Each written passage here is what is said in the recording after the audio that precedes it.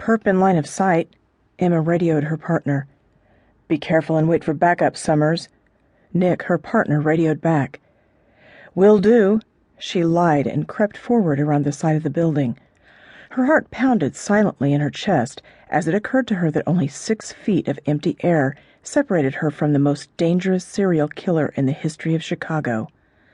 Santiago had killed more than 36 people since arriving in the city 3 months ago. Emma turned her radio off and unholstered her gun. Inside its chamber sat 6 silver bullets. From the training video they'd made her watch at the police academy, it would take at least 3 well-aimed shots to put the monster down. Monster. The word spun around Emma's brain as she wiped sweat from her brow. That's definitely what this guy was. He had even made national headlines. He was giving his people a bad rap, but more than that, he was giving her people a bad rap. If she had to drink her morning coffee over one more headline that read, "Chicago PD fails to put down rogue wolf," she'd eat the paper. Emma had met only a handful of shifters in person since they gained the right to be recognized as citizens 3 years ago, all of which had seemed normal enough. Some were good and some were bad, but it was her job to put the bad guys out of business. Catching this particular criminal would earn her an early promotion to detective and get her off her boring beat. So to hell with waiting for backup. She was going in now. Emma peeped around the next corner, double-checking for her shadow.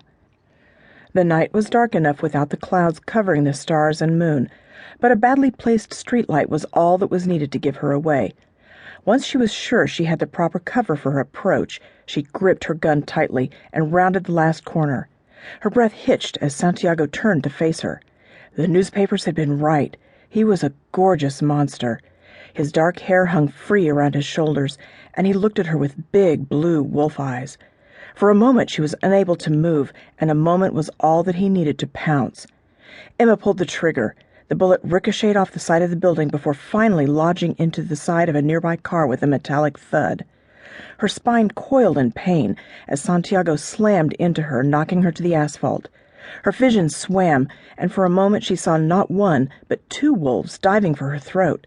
She reached out for her gun, but he'd already knocked it away. "Crap!" she cried out and drew her fist back to punch the wolf while blocking her throat with her arm.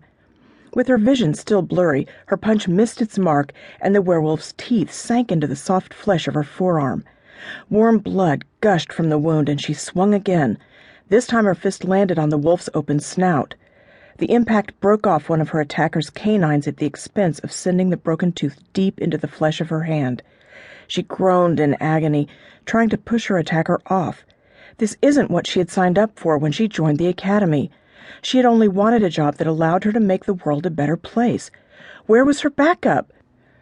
Were they going to leave her to die on her own at the claws and fangs of this monster? The sound of sirens in the distance stirred her courage, and she took another swing at the snarling beast. A loud growl filled her ears, and her flesh gave rise to goosebumps.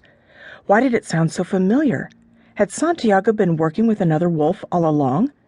Is that why his kill count was so high? It would make sense. A blur of white fur collided with the gray wolf snapping at her face. They rolled away in a ball of fangs, fur, and claws. Gripping her injured arm to her chest, Emma forced herself to her feet and grabbed her gun. Her head swam with dizziness as she tried to take aim. She didn't want to shoot the white wolf. He'd saved her after all. She was contemplating if a single misplaced bullet would be enough to kill him, and whether or not it was a risk she should take. Flashing red and blue lights rounded the corner preceding the red, white, and blue police car.